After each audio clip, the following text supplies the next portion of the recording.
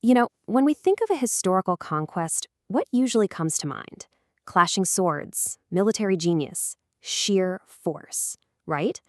But the story of the 7th century conquest of Alexandria in Egypt, well, it shows us a different kind of power. A power where the principles behind the victory were maybe even more important than the army that won it. So picture this. It's 641 AD. The city of Alexandria, this absolute jewel of the Byzantine Empire, is under siege. And for 3 long, grueling months, nothing really happens. The defenders are holding out, and the Muslim army, led by Umar ibn al-As, is just waiting. It's this incredibly tense standoff, a battle of sheer endurance that's going to decide the fate of all of Egypt. In the end, the city did fall. But this outcome brings up a really fascinating question. Was this victory won by swords and strategy alone? Or was there something else, a totally different set of principles at play, that turned out to be the real game changer? And it all really starts with the character of the man leading the charge, a commander who seemed to understand that sometimes your most powerful weapon is just time. See, after an initial attack didn't work, the commander, Umar ibn al-As, he didn't just throw his men's lives away in one pointless assault after another. No. He decided to play the long game. He kept the siege going, engaged in little skirmishes here and there, and he just waited. He knew that the defenders' resources and, more importantly, their will to fight couldn't last forever. Patience itself became his weapon. So while the commander is showing all this patience on the front lines, the leader of the Muslims, the Caliph Umar ibn al-Khattab, he's back home embodying a different but just as powerful principle, this incredible, profound sense of responsibility. Just try to imagine this scene for a second. A messenger, Muawiyah ibn Khadij, travels for days and days to deliver the huge news that Alexandria has fallen.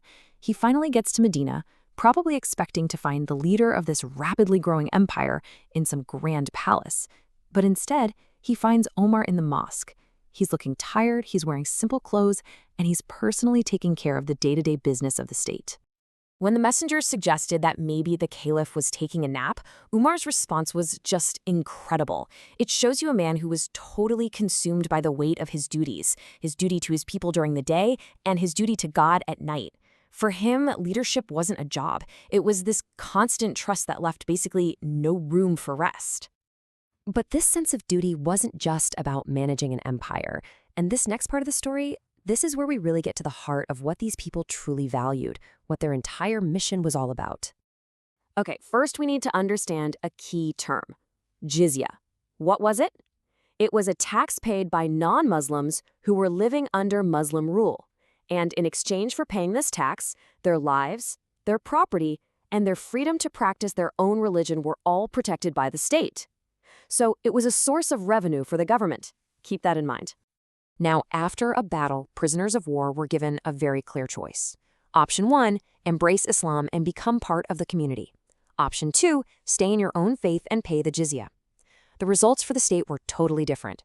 One choice brought a new person into the faith, but 0 tax revenue.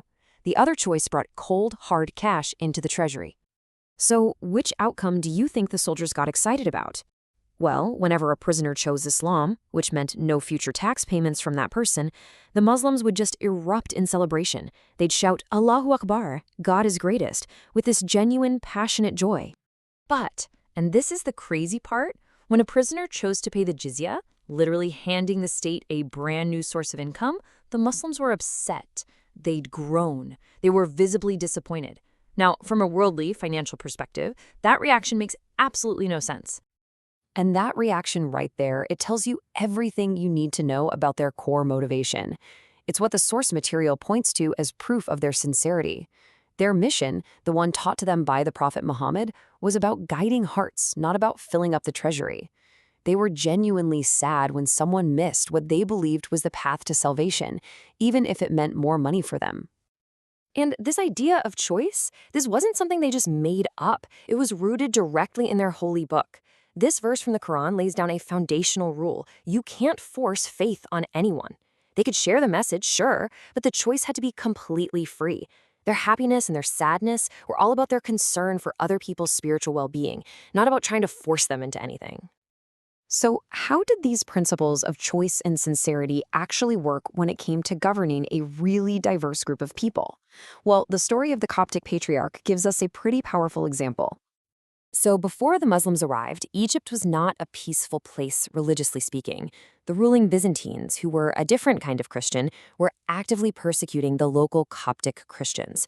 Their leader, Patriarch Binyameen, was actually forced into hiding in the desert for 13 years. Now, instead of continuing that persecution, Umar ibn al-Khattab did the exact opposite.